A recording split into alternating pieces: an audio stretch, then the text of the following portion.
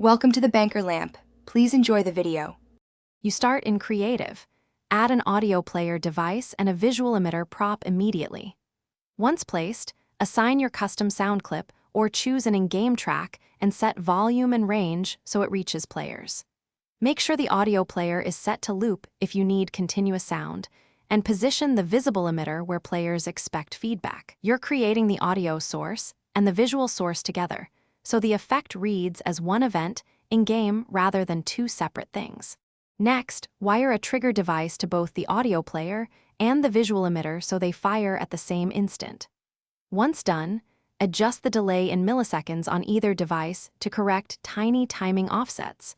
Small shifts of 50-200 ms often fix perceived mismatch. Make sure the visual uses an animation or particle system that starts on the same trigger. Test repeatedly in play mode. Observe frame timing and tweak delay until the sound and motion feel inseparable to the player. To finish, balance range and attenuation so the sound drops off in sync with the visual cue. Make sure the visual fades or stops as audio fades. Once done, duplicate the paired setup for other locations and align timings per placement.